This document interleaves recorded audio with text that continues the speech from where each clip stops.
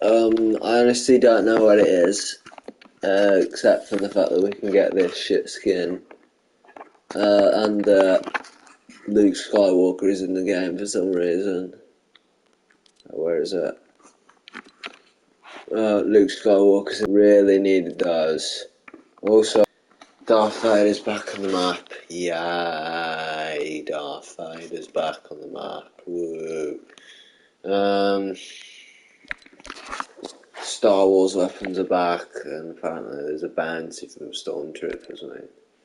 Lightsabers are back, yay. And Horde Rush is somewhere, but I don't care about Horde Rush. Chrome Punk. He is a punk. So apparently we've got 8 more weeks to get 50 levels to unlock that random ass skin, which I'll never use. I'll do it, not because I want to do it, just because it's not even... I don't want to reach level 180, but I will. I don't want to, but I'll just inevitably get there, so... I'm already level 130, I don't know how I've even got there, to be honest. I literally don't play this. Well, I do play this. It's usually the only game I play, but I don't play anything else. And for some reason they've released a Pickle Rick backbling, which has nothing to do with these challenges or anything to do with Horde Rush. So, right, while the bot account... Hold on, wait, stop. So let's check these Herald challenges first. Damage... can't bother. That one's easy, can't bother with that one. I guess we're doing the damage opponents while chromed, eliminate opponents, and tame chromified wolves. I mean wildlife, so... I don't know. Basically these challenges are really boring. So anyway, let's go into... you know, I've got too many skins. I've only got 20 because literally I've got loads more. 66 of them are archived, I don't use them. Even this is too much. We'll show where this. You know, we'll go into the first match with this on once the bot account loads up, and then we'll just alternate between skins. Because I've got too many skins. I've only got 20, but it's still too many. Why they change the layout for? Can't they just not change the layout of these things? Like, yeah. It's always been that, and then you just change it to that, so now we've got to get used to this. Stop being awkward. New Cobra DMR. No one wants the Cobra DMR. It's literally rubbish. New exotic weapons. I don't know, I heard something about a new weapon or some bullshit. 6 shooter looks. Good update, guys. We'll keep this just to see if they've changed the way the firing works on it or something. Oh, the lag is awful. I just don't get why it's lagging this much either in creative. Fucking hell.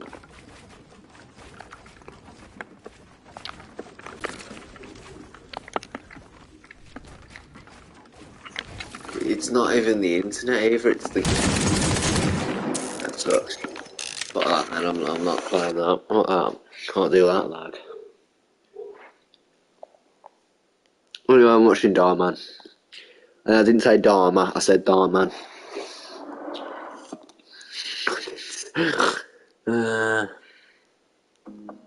We understand things are tight at the moment. Kiddy's new iPhone 15 billionaire. That was a fake, Darman. Oh, come on. What the heck, Violet? You scared us! Gotcha. Alright, let's get the show on the road! Oh, I just need to grab my bag. Hold on! I want to go trick-or-treating, too. You know you gotta take Charlie with you. Oh, Mom, come on. His friends canceled on him, so he needs someone to go with. It's not my fault he's lame and his friends don't want to hang out with him. We're gonna have to get punished for it. Either you take your little brother, or you don't go trick-or-treating at all. What's it gonna be? Fine. Let's go, loser. One more thing. We have some rules. Really, Mom? I'm almost 16. We talked Why about is she going this. Rules are trick-or-treating then? important. Number 1, no eating any unwrapped candy. Number 2, no talking to strangers. Number 3, and most important, don't go past Harold Street. It is the bad part of the neighborhood. Okay, got it. Stay Come on, away Charlie. from there. No, it doesn't work. I'm serious, Riley.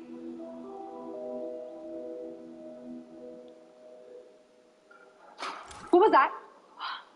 I don't know, but I've been feeling like someone's been watching us ever since we left the house. Wait, you feel that way too? So, just What keep are you walking. guys talking about? I totally feel like They're someone's probably just trying to lurking out scare there. that little shit. It's probably just because it's Halloween and all of the scary. Also, the friends are unnamed. Excuse me! Sorry. Ugh. This Halloween is the worst. God, it is. It's awful. What is your problem? Mom said don't eat any unwrapped candy. Well, this is the only decent candy we've gotten all night. Oh. Why is this Spider-Man costume so fucked? Did you say you was looking for candy? This is awful. Because I know where you can find some good candy. No. Where? No, Mom said stranger. Shush. Where is this candy? If you follow me, I promise you'll have your heart's delight in king-size candy bar. Not far from here. Why is he speaking like that? It's just past Arrow Street. No, Mom said we're not allowed to be quiet, Pipsqueak. Take us to the candy. I will. Come. Harry, we don't have all night. God, I've actually got to play the game in a minute. Jesus Christ. Suppose you were sitting down at this table. The napkins are in front of you. Which napkin would you take? The one on your left or the one on your right? The one on your left side or the one on your right side? Usually you would take the one on your left side. That is correct too, but in a larger sense on society, that is wrong. Perhaps I could even substitute society with the universe. The correct answer is that it is determined by the one that takes his or her own napkin first. Yes, if the first one takes the napkin to the right, then there's no choice but for others to also take the right napkin. The same goes for the left. Everyone else will take the napkin to the left because they have no other option. This is society. Who are the ones that determine the price of the land first? There must have been someone who determined the value of money first. The size of the rails on the train track, the magnitude of electricity, laws and regulations. Who was the first to determine these things? Did we all do it because this is a republic, or was it arbitrary? No, the one who took the napkin first determined all of these things. The rules of this world are determined by that same principle of right and left. In a society like this,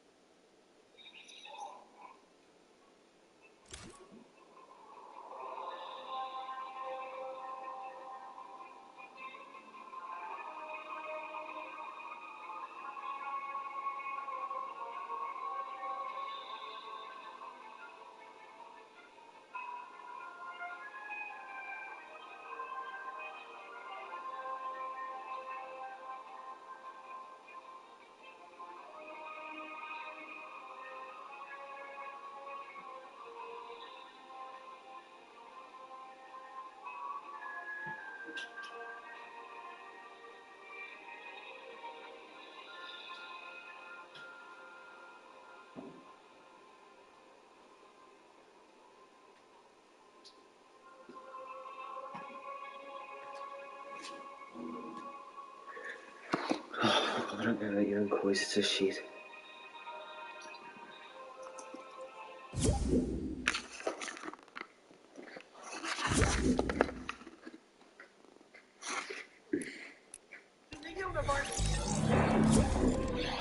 By joining together two of the strongest dragons in the universe, I'll create a dragon that's all the rage! I see summon on ice raging dragon!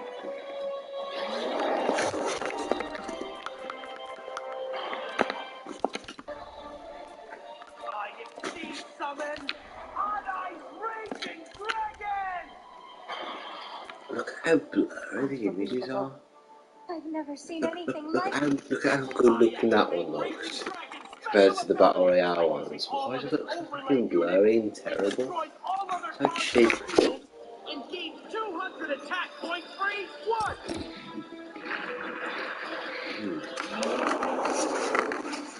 So what? That can't harm us. That's right. These parasite generators are parasites can't be destroyed by special abilities. All that effort for nothing. You're still going to lose. All that raging dragon is going to rage about is how pathetically you played him. Yes, but raging dragon negates the effects of all spell and trap cards. So all your parasites will still be destroyed. No, this can't be. This is bad.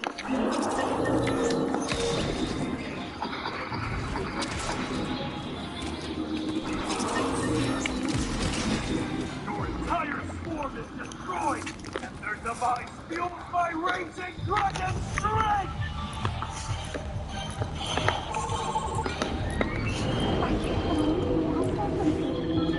It's over. No, it's not over yet. You can only attack and defeat one of us. So the other still has a chance next turn. There is no next turn! Because on ice raging dragon... No, it's not over yet. You can only attack and defeat one of us. So the other still has a chance next turn. There is no next turn! Because on ice raging dragon can attack twice this turn!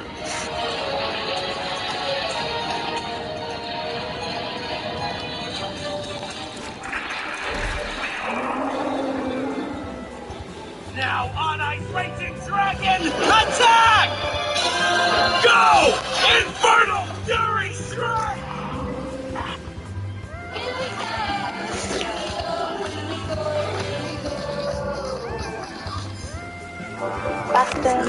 I'm joking. Why is it so laggy? Jaden versus Jesse. Elemental Heroes versus the Crystal Beasts. These two only duel twice one-on-one, and unfortunately, Jaden both should win put easily. Jesse at disadvantage. In their first duel, Jesse doesn't have a win condition in his deck, and Rainbow Dragon. In their second duel, Jesse is possessed by Yubel, and his deck is altered to be a darker reflection of what it was. I've already covered the second duel, so today, let's cover the first. And spoilers, both Jesse and Jaden notice and manipulate the duel themselves. We need to talk about it, so look forward to that. Let's go.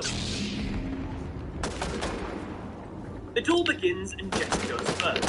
He draws, and his opening hand consists of Crystal Beast Emerald Turtle, Crystal Beast Amethyst Cat, Crystal Beast Cobalt Eagle, Crystal Beast Ruby Carbuncle, Hemp the Crystal, How was he? You've got 7 monsters in your deck, and in your opening hand you get 4 of them in a 40-card deck. Bullshit.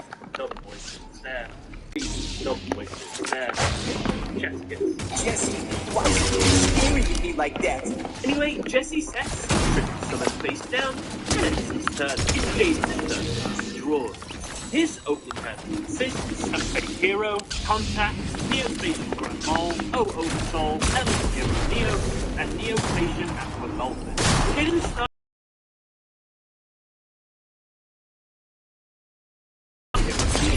Now you can look at Jesse's hand and choose one monster in it and destroy it. Here is Aqua Dolphin and 4 attack. This Aqua Dolphin has 6 to attack, which unleashes option is Ruby Carbuncle. Aqua Dolphin inflicts primary damage to Jessie due to its successful effect. Since Ruby wasn't destroyed whilst it was on the field, Ruby can't be placed into the spell and trap with its archetypal effect, so instead it goes to the grave. Jaden then activates O Oversoul, which lets him special summon an Welcome to the final episode of Yu-Gi-Oh! Character Profiles, or at least until Yu-Gi-Oh! Brains finishes anyway. Today we're going to be doing Yu-Gi-Oh! Arc 5, and we're doing Yuya, Yuto, Yugo, and Yuri. Yuri's the best one. Once there was a duelist named Zark, who lived in what would eventually be known as the Original Dimension. In the Original Dimension, the abilities to Fusion, Synchro, and Xyz Summon was known by all. Zark stood as one of the most entertaining and powerful duelists of that world. However, through a series of events that I cover in this video here, Zark merges with his 4 signature dragons: the Odd Eyes Dragon, the Dark Rebellion Xyz Dragon, the Clearwing Synchro Dragon, and the Starving Venom Fusion Dragon. He did this in order to become the Supreme King Zark, with the intention to destroy everything. However, despite his unrivaled strength, he was stopped by a young girl named Ray, who chose to split Zark, herself, and the world into 4 separate dimensions in order to keep... Which is the only bullshit bit about Arc 5, really. Because this girl, the girl who's on that basically has this 4 random ass cards, which apparently, you know, Zark can't just negate for some reason, even though he could easily. So Zark just doesn't try and gets killed basically, twice. But the second time it's even worse because it's some random character which does nothing about the whole show, which beats him. Locked away forever. And as such, due to this event, Zark was reincarnated into each one of the dimensions as Yuya of the Standard Dimension, Yuto of the Standard Dimension, Yugo of the Synchro Dimension, and Yuri of the Fusion Dimension. Despite the incarnations of Zark being their own individuals, they each carried a fragment of his own personality, and a hidden darkness to someday reunite and destroy the world. So, how about we take a look at each one of the incarnations, starting with Yuya Sakaki. Now, Yuya is from the Standard Dimension. He appears during the first episode of Yu-Gi-Oh! Arc 5 and serves as the main protagonist of the series. These were his wins and his losses. He has 86 wins, 1 draw, and 8 losses. And this was his...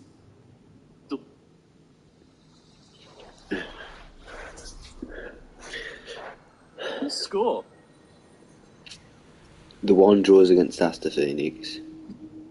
Yuya personally wields the Odd Eyes Dragon that would be transformed into the Odd Eyes Pendulum Dragon during his duel with the Sledgehammer. At the time, this was that dimension's first introduction to the concept of pendulum monsters. And though it materialized first to Yuya, it was in fact through Zark's will that pendulum monsters were created. In terms of Yuya's design, he has dual-coloured green and red hair with red eyes. He is typically seen wearing a reddish-orange t-shirt with a school coat, acting almost like a cape in a similar manner to how... And his cape somehow stands up without him doing anything. 2 prominent accessories of Yuya's are his goggles featuring a star on one eye and his pendulum necklace. He also temporarily wore a turbo dueling outfit during his adventures in the Synchro Dimension. Personality-wise, Yuya is a very outwardly happy individual who lives to see a crowd smile with his entertainment style. However, Yuya does hide a very deep sadness, though, lacking much of his abilities. The source of his sadness is from his past trauma, during the disappearance of his cruel entertainer father, who was branded as a coward after the banished the night before his challenge. A defense mechanism that Yuya intends to do is that he will use his goggles to hide his true emotions. However, his father Yusho once taught him that he should laugh and make other people feel he felt down. As just like his own pendulum, if you can make others happy, the happiness will swing back to him, just like a pendulum. Each one of the Zark incarnations received a personality trait from him, and essentially Yuya inherited Zark's will to truly entertain the crowd, and make other people laugh when a new meltdown. Just easy damage opponents while I've got this bullshit effect. Each one of the Zark incarnations received a personality trait corresponding to the subsequent darkness associated with it.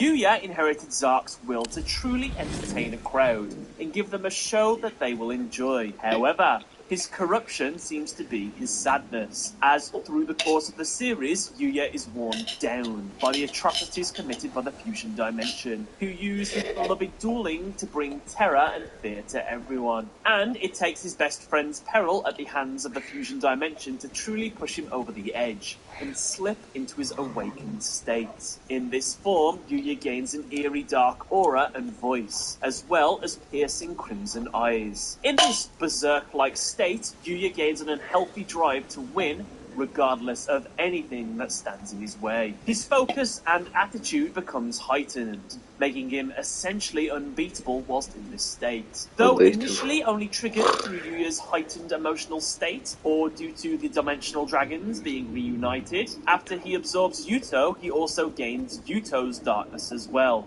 making his awakened state even easier to slip into. Speaking of, next up we have Yuto from the Xyz dimension. Yuto first appeared during episode 7. So these are how good they are in order. So the worst is Yugo, because he's a rubbish duelist. He's a crap duelist first of all, and the character design's crap. That's it really. And then Yuto. He's way better than Yugo, but he's not as good as the others. So it's just, yeah. And then you've got Yuya, which is just the main character. His deck's alright, he has the most tools, obviously, because he's the main front character. And then you got Yori, which is by far the best. Here were his wins, here were his losses, and this was his... So he has 2 wins, 1 draw, and 1 loss. That is shit. So, he has a duel against Yugo, which is a no-result flashback. He has a duel against Silvio, which he wins. He has a duel against Soro and Yuya, which is a no-result. He duels Yugo and loses.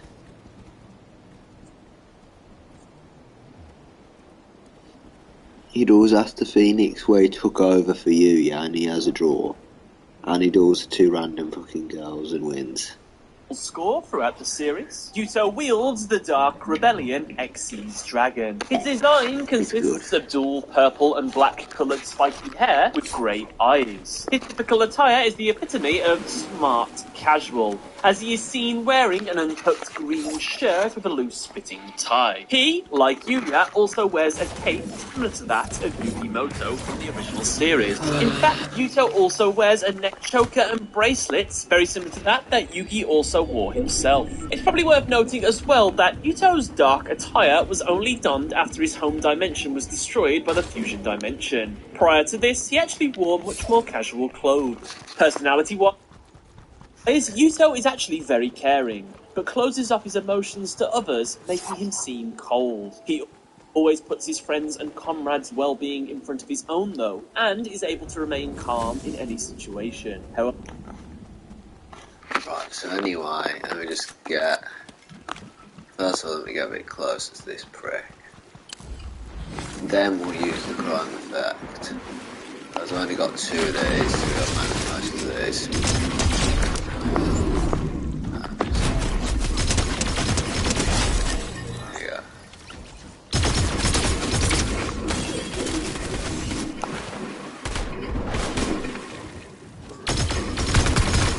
What the actual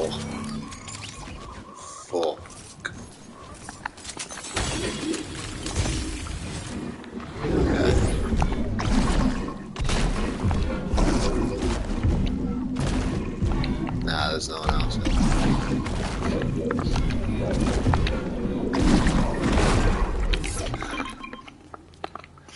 So, done one. And I'm doing that right now, and then we need to eliminate. The eliminate one's very simple, obviously, to eliminate people. You know, I might as well open this one now.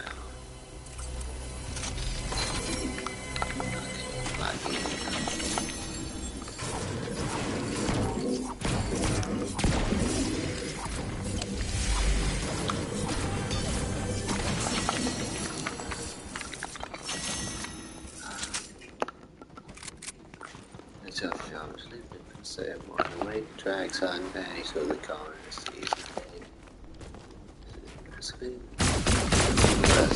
Driver of the second.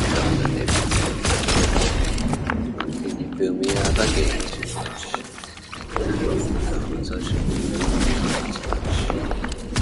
And that's the challenge done. At least it should be.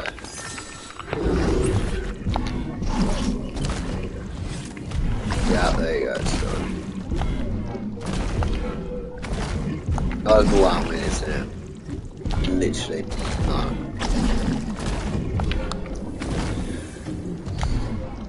So Mace Windows, I don't know. And I don't know. So, I care about the lightsabers, I don't care about Star Wars. I do like Star Wars. Listen, Star Wars should stay Star Wars. I should stay Lord. It doesn't need to be intertwined. You know. Star Wars, I mean Skywalker Week. It's not even, they haven't even called it.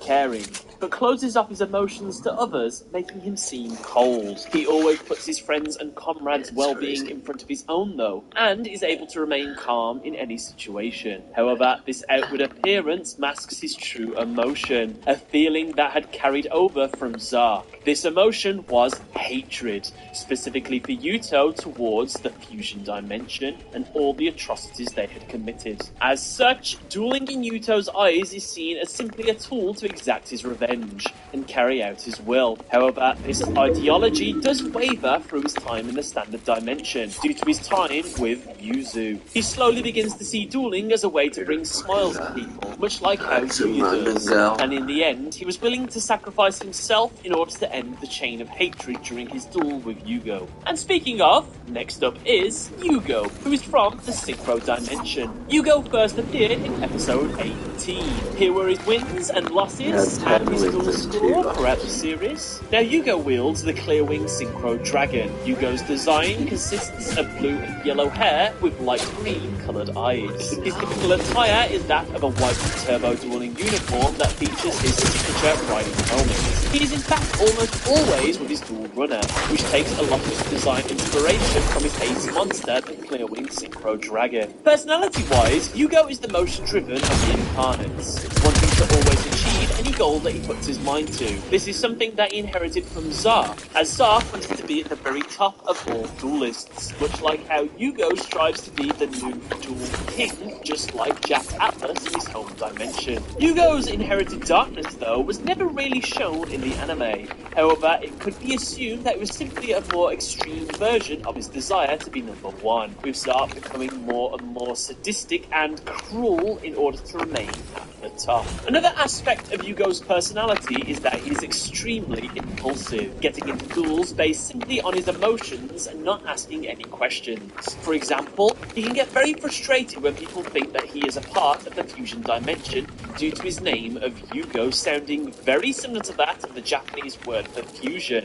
Fugo. Just like Yuto and Yuya, Yugo harbours feelings for his childhood friend Rin and will go to extreme lengths in order to get her home safely. This goes as far as Yugo being completely okay with the rays incarnate from the other and always mistaking them for his.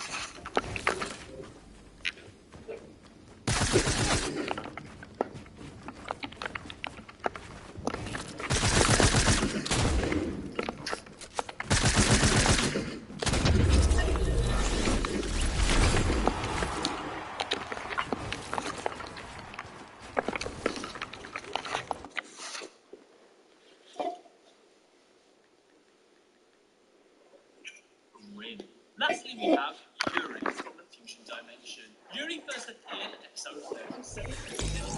These were his wins, these were his losses, and this was his goal score throughout the series. So Yuri will...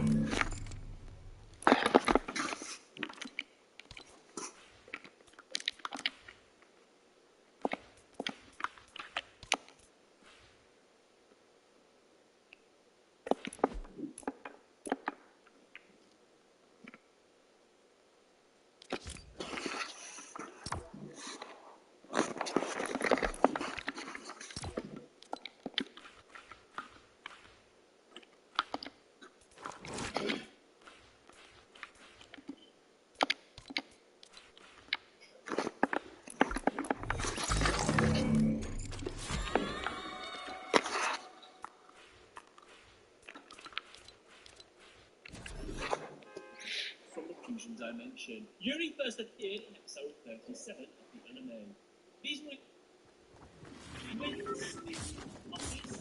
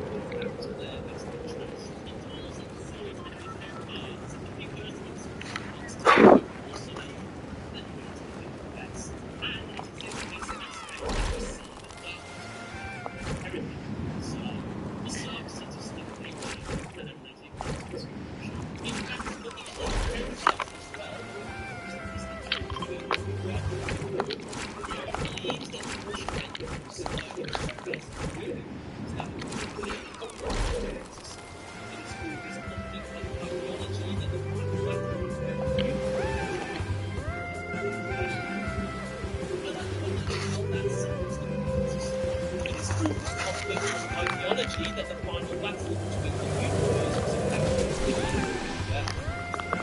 I'd like to mention as well that sadly throughout the Yu-Gi-Oh! Arc 5 anime, Yuri's character never actually goes through its arc. In the manga, this may be different, but in the anime, he's simply evil all the way throughout, and then he's suddenly not anymore after someone's defeated. So, this is the shape of character development. One of the things worth mentioning is, despite the fact that most of the forms of Zark have some kind of romantic relationship with Ray's dimensional counterparts, Yuri is the only one who does not. This may be due to his upbringing, being denied friends and being encouraged to do to win and to embrace his nature. This might have been what contributed towards this.